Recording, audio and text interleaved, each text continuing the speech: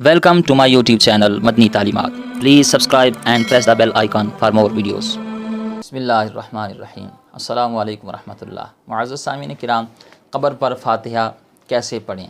बहुत सारे दोस्त इस हवाले से सवाल पूछते रहते हैं कि जी हम कब्रिस्तान में जब हाज़िरी देते हैं, अपने प्यारों की क़ुबूर पर जब हाज़िर होते हैं, वालिदैन हैं या दादा दादी है, नाना नानी है, उनकी क़ुबूर पर जब हाज़िरी देते हैं, फ़ातिहा करने जाते हैं, तो उसका क्या तरीक़ाकार होना चाहिए?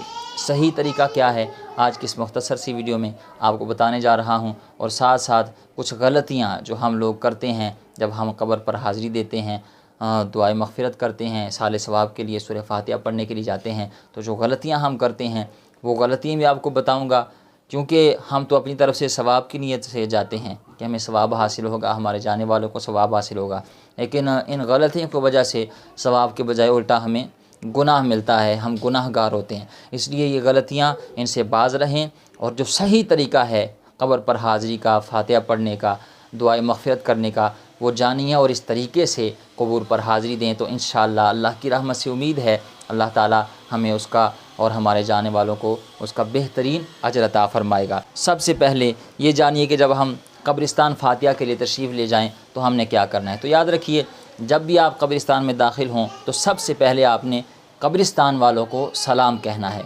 सलाम क्या कहना है? अस्सलामु अलैकुम या अहलल क़ुबूर। सलाम करने के बाद आप जिस भी कब्र पर जाना चाहते हैं, यानी आप जिस कब्रिस्तान में गए हैं वहाँ जो भी आपके प्यारे मदफून हैं, वालिदैन में से है या दादा दादी, नाना नानी या बहन भाइयों से, अजीज़ और रिश्तेदारों में से कोई भी आपका वहाँ प्यारा मदफून है, तो अगर आप उसकी कब्र पर जाना चाहते हैं तो पहले ये बात समझ लीजिएगा, अगर उसकी कब्र तक जाने के लिए कोई मख़सूस रास्ता पहले से बना हुआ है तो फिर आप उस रास्ते से चलकर उस कब्र तक पहुँचें, वहाँ दुआए मग़फ़िरत करें, सूरह फ़ातिहा पढ़ें, वगैरह वगैरह जो भी चीज़ें की जाती हैं वो मैं आपको इंशाअल्लाह तफ़सील के साथ बताता हूँ। लेकिन अगर कोई रास्ता वहाँ नहीं बनाया गया तो फिर कब्रों पर फलांग कर जाना और कब्रों के ऊपर से गुज़र कर जाना, कब्रों को रोंद कर जाना, ये चीज़ नहीं करनी चाहिए। बहुत बड़ी गलती हम करते हैं और इससे हम गुनाहगार होते हैं। देखें सरकार अलैहिस्सलाम ने इस हवाले से क्या इरशाद फरमाया। सही मुस्लिम किताबुल जनाइज़ की हदीस नंबर 972 में मौजूद है।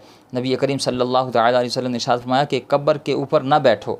और एक हदीस पाक का मफ़हूम है, अलैहिस्सलाम ने इरशाद फरमाया कि मैं आग के अंगारे पर चढ़ूँ या तलवार पर चलूँ या आग का जूता पहन लूँ, ये मुझे किसी मुसलमान की कब्र पर चलने से बेहतर है। यानी आग का जूता पहन लेना किसी मुसलमान की कब्र पर चलने से बेहतर है। तो कितनी सख्त वईद इरशाद फरमाई गई, लेकिन हम इस हवाले से इंतहाई गफलत का शिकार हैं। हम कब्रों को रोंद देते हैं, ऊपर से गुज़र जाते हैं। इन अहादीस की रोशनी में उलमा किराम फरमाते हैं कि वो काम जिससे साहिब कब्र मोमिन की बेहुरमती और तहकीर होती हो, मसलन कब्रों पर बैठना, उन पर टेक लगाना, कब्रों को फलांगना, कब्रों पर बैठना, पाँव के नीचे रोंदना, इन तमाम कामों से मना किया गया है। इन चीज़ों से बाज रहना चाहिए। मुख्तसर ये है कि अगर रास्ता बना हो उस कब्र तक जहाँ आप जाके दुआ करना चाहते हैं तो फिर तो आप उस रास्ते से गुज़र कर जाएं। लेकिन अगर रास्ता नहीं बना तो फिर आप कब्रिस्तान के किनारे ही खड़े होकर दुआ कर लें।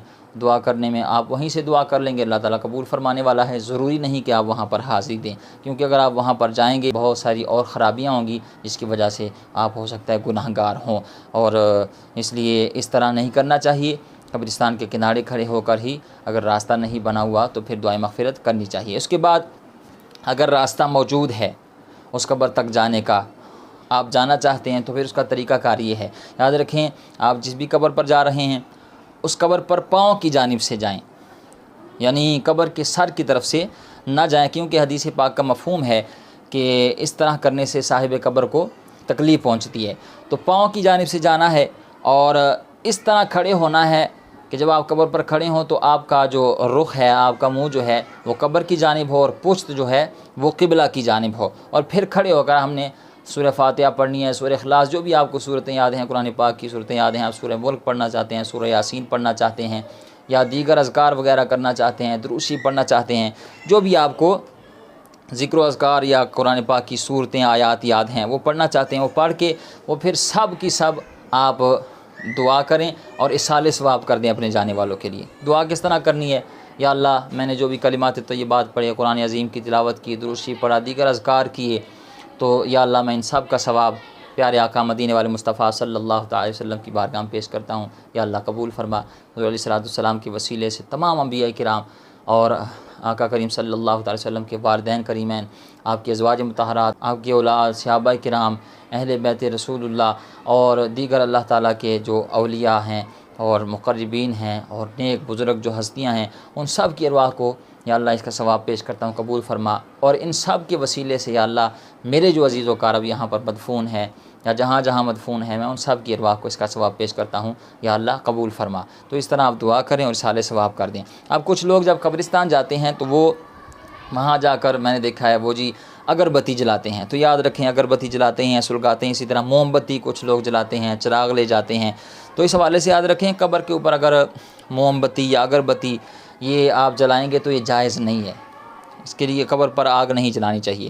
بعض لوگ کیا کرتے ہیں جب قبر پر جاتے ہیں تو وہاں پانی چھڑکتے ہیں، بعض لوگ میں نے دیکھا ہے وہاں پر جا کر کیا کرتے ہیں جی وہ اگربتی جلاتے ہیں، پانی چھڑکتے ہیں اس نیت سے کہ جی اس سے وہ قبر والے کو ثواب پہنچے گا۔ تو یاد رکھیں اگربتیاں جلانے سے کوئی ثواب نہیں ملتا، پانی چھڑکنے سے کوئی ثواب نہیں ملتا۔ ہاں اگر وہ قبر کچھ اس میں وہ جانوروں نے یا ویسے ہی موسم کے تغیرات سے اس میں کچھ معاملات ہو چکے ہیں تو اسے آپ سیدھا کریں، اس میں اگر پانی لگائیں کہ ٹھیک ہے، لیکن اس نیت سے لگائیں کہ اس سے ثواب حاصل ہوگا قبر والوں کو، تو یہ بالکل غلط ہے۔ اس طرح کا کوئی معاملہ نہیں ہے، اس طرح سے کوئی ثواب حاصل ان کو نہیں ہوتا۔ ہاں آپ کریں تو یہ کریں پھر آپ وہاں پر کھجور کی ٹہنی لگائیں، اس کا وہ ثواب حدیث شریف میں موجود ہے۔ اسی طرح علماء کرام فرماتے ہیں کہ آپ وہاں پر جا کر پھول وغیرہ ڈال سکتے ہیں، اس کی شرعی طور پر اجازت ہے۔ تو یہ کچھ باتیں تھیں قبر پر حاضری دینے کے حوالے سے، سورہ فاتحہ پڑھنے کے حوالے سے، جو میں نے ضروری سمجھی آپ کے سامنے، کیونکہ ماہ محرم میں 10 محرم کے دن لوگ اپنی پیاروں کی قبور پر حاضری دیتے ہیں۔ تو اس طریقے سے جائیں اور خرافات سے بچیں، غلط فہمیوں سے بچیں، تاکہ آپ کی حاضری کا اللہ تعالیٰ آپ کو ثواب عطا فرمائے اور آپ کی دعائیں مرحوم کے حق میں اللہ تعالیٰ قبول فرمائے۔ امید ہے آپ بات سمجھ گئے ہوں گے۔ اللہ تعالیٰ ہمیں دین اسلام کی صحیح معنوں میں سمجھ بوجھ عطا فرمائے۔